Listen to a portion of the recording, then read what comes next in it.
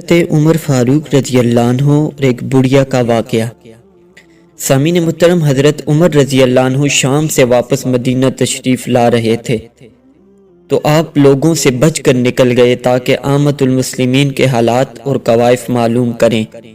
اسی اثناء میں ان کا گزر ایک خیمہ کی طرف ہوا، وہاں ایک بوڑھی عورت بیٹھی تھی۔ حضرت عمر نے پوچھا، اے عورت، عمر کا کچھ حال معلوم ہے؟ وہ بولی، ہاں، شام سے صحیح سلامت واپس آ گیا ہے۔ حضرت عمر رضی اللہ عنہ نے دریافت کیا، تمہاری عمر کے بارے میں کیا رائے ہے؟ وہ عورت بولی، اس سے خدا سمجھے۔ حضرت عمر فاروق رضی اللہ عنہ کو بڑا تعجب ہوا اور پوچھنے لگے، عمر نے کیا کیا ہے؟ وہ عورت کہنے لگی، جب سے وہ خلیفہ بنا ہے اس نے مجھے کچھ بھی تو نہیں دیا کہ میں حضرت عمر کی تعریف بیان کروں۔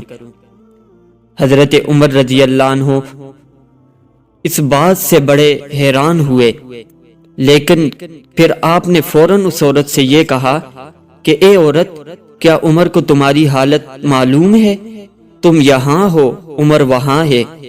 بڑھیا کہنے لگی، خدا کی قسم میں نہیں خیال کرتی کہ کوئی شخص اپنے وقت کا والی ہو اور وہ یہ نہ جانتا ہو کہ اس کے حدود مملکت کے مشرق میں کیا ہے اور مغرب میں کیا ہے۔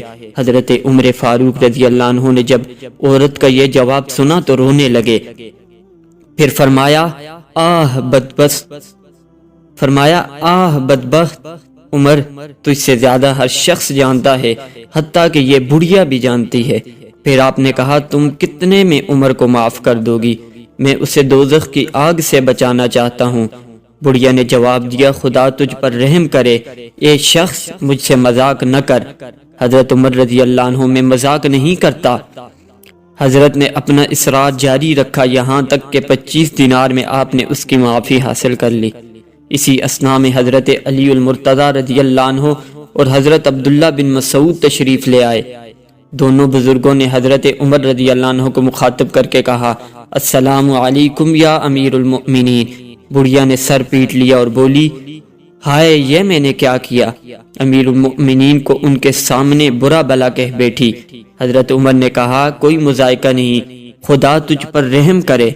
پھر آپ نے چمڑا لکھنے کے لیے طلب فرمایا مگر نہ ملا۔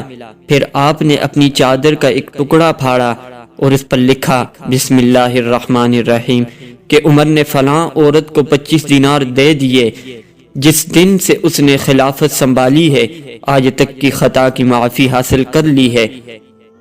اب یہ بڑھیا میدان حشر میں خدائے عز و جل کے سامنے عمر پر کوئی دعویٰ نہیں کرے گی، وہ اس سے بری ہے۔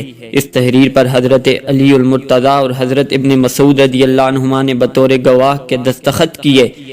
پھر حضرت عمر نے یہ تحریر اپنے صاحبزادے کے حوالے کر دی اور ان سے فرمایا، جب میں مر جاؤں اس تحریر کو میرے کفن میں رکھ دینا، جسے میں اپنے رب کے سامنے پیش کروں گا۔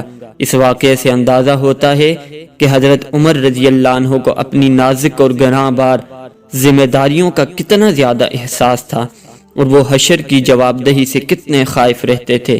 یہی ایک مرد مومن کی علامت ہے۔ سامعین محترم، اللہ کریم ہم سب کو عدل اور انصاف کے ساتھ زندگی گزارنے کی توفیق عطا فرمائے اور حضرت عمر فاروق رضی اللہ عنہ کی عظیم ہستی جس طرح انہوں نے زندگی گزاری، اللہ کریم ہمیں بھی زندگی گزارنے کی توفیق عطا فرمائے۔